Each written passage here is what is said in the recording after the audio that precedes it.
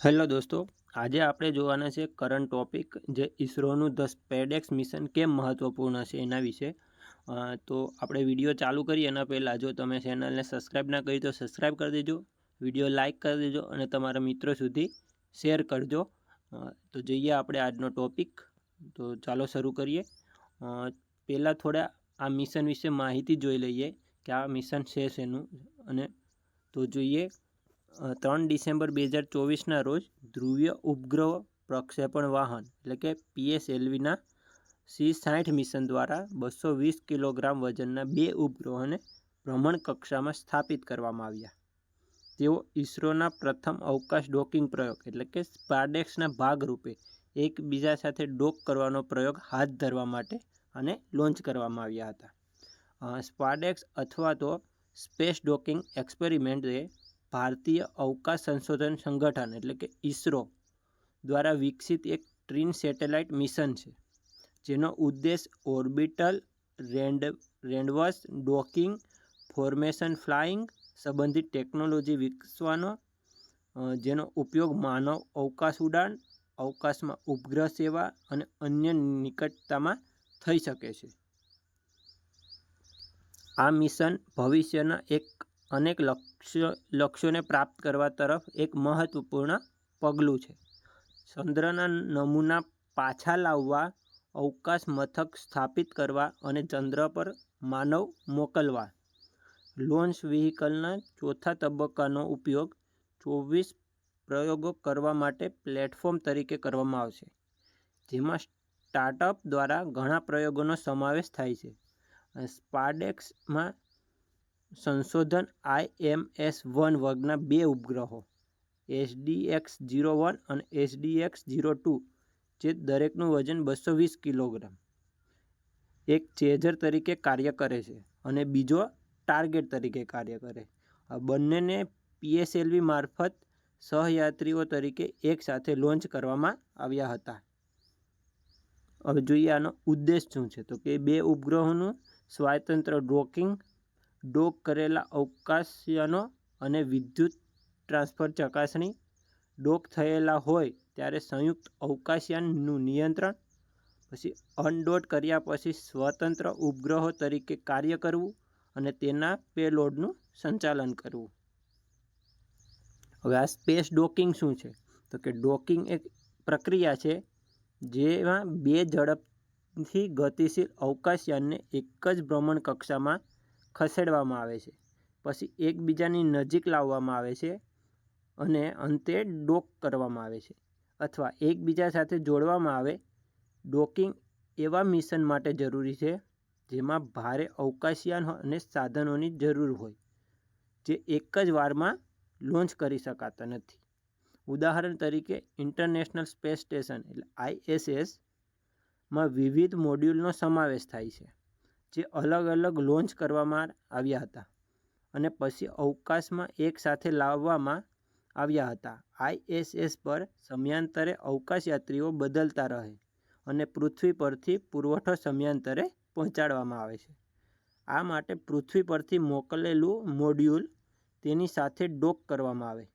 આ મોડ્યુલ સ્ટેશનો પરના ક્રૂને પર પૃથ્વી પર પાછા લાવે છે.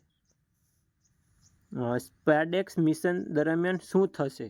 તો કે 2 નાના સમાન ઉપગ્રહો એટલે કે SDX-01 અને SDX-02 એ 470 કિલોમીટર ગોળાકાર ભ્રમણ કક્ષામાં લોન્ચ કરવામાં આવશે. એકવાર ઉપગ્રહને ઇચ્છિત ભ્રમણ કક્ષામાં દાખલ કરવામાં આવે પછી પ્રક્ષેપણ વાહન તેમની વચ્ચે એક નાનો સાપેક્ષ વેગ પ્રદાન કરશે, જેનાથી ઉપગ્રહો એકબીજાથી દૂર થઈ શકશે.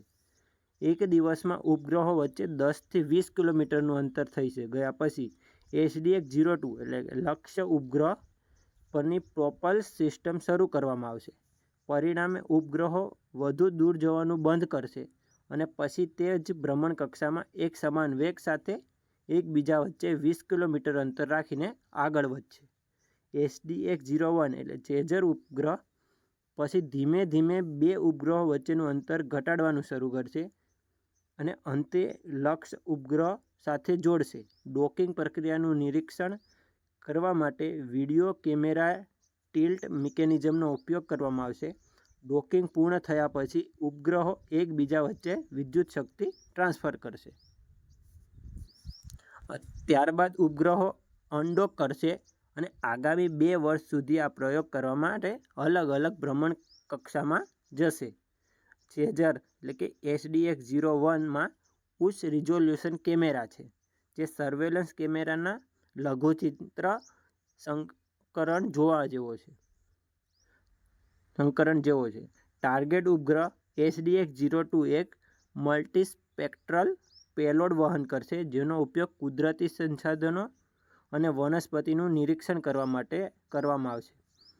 સાથે અવકાશ કિરણોત્સર્ગનો અભ્યાસ કરવા માટે અને ડેટાબેઝ બનાવવા માટે રેડિયેશન મોનિટર પણ હશે. ભારત માટે આ કેમ મહત્વપૂર્ણ છે આ મિશન? તો જોઈએ આપણે એના વિશે થોડું. તો કે ભારત પોતાની સ્વદેશી રીતે વિકસિત ભારતીય ડોકિંગ સિસ્ટમ દ્વારા અવકાશ ડોકિંગ પ્રાપ્ત કરનાર પસંદગીના રાષ્ટ્રની યાદીમાં જોડાનાર અમેરિકા, રશિયા અને ચીન બાદ ચોથો દેશ બનશે. ડોકિંગ એ ચંદ્રયાન-4નો એક મહત્વપૂર્ણ ઘટક છે. ઇસરો આ ક્ષમતાનો ઉપયોગ તેના આગામી ચંદ્ર મિશન માટે પણ કરશે, જે દરમિયાન તે નમૂનાઓ પાછા લાવવાની યોજના ધરાવે છે. ચંદ્રયાન-4 માટે 2 અલગ અલગ લોન્ચ અને અવકાશમાં ડોકિંગની જરૂર પડશે. સૌપ્રથમ એક પ્રોપલ્શન મોડ્યુલ મોટાભાગના મિશન ઘટકોને ચંદ્રની ભ્રમણકક્ષામાં લઈ જશે. ત્યારબાદ એક લેન્ડર એસેન્ડર મોડ્યુલ તેનાથી અલગ થઈને ચંદ્રની સપાટી પર ઉતરશે. નમૂનાઓ એકત્રિત કર્યા પછી એસેન્ડર મોડ્યુલ તેમને ચંદ્રની ભ્રમણકક્ષામાં પાછા લઈ જશે, જ્યારે તે ટ્રાન્સફર મોડ્યુલ સાથે ડોક થશે. ત્યારબાદ ટ્રાન્સફર મોડ્યુલ નમૂનાઓ પૃથ્વીની ભ્રમણકક્ષામાં પાછા લાવશે. 2035 સુધીમાં પોતાનું સ્પેસ સ્ટેશન રાખવાના ભારતના વિઝનને પૂર્ણ કરવા માટે ડોકિંગ ક્ષમતા મહત્વપૂર્ણ છે. આયોજિત ભારતીય અંતરિક્ષ સ્ટેશનમાં 5 મોડ્યુલ હશે, જે અવકાશમાં એક સાથે લાવવામાં આવશે, જેમાંથી પ્રથમ 2028માં લોન્ચ થવાનું છે. તો આ હતી આ મિશન વિશેની માહિતી. તો તમને કેવી લાગી હોય એ કોમેન્ટમાં જરૂરથી જણાવજો. અને જો ચેનલને સબસ્ક્રાઈબ ના કરી હોય તો આ લાલ બટન દબાવીને સબસ્ક્રાઈબ કરી દેજો. Thank you for watching. Please like, share and subscribe to my channel.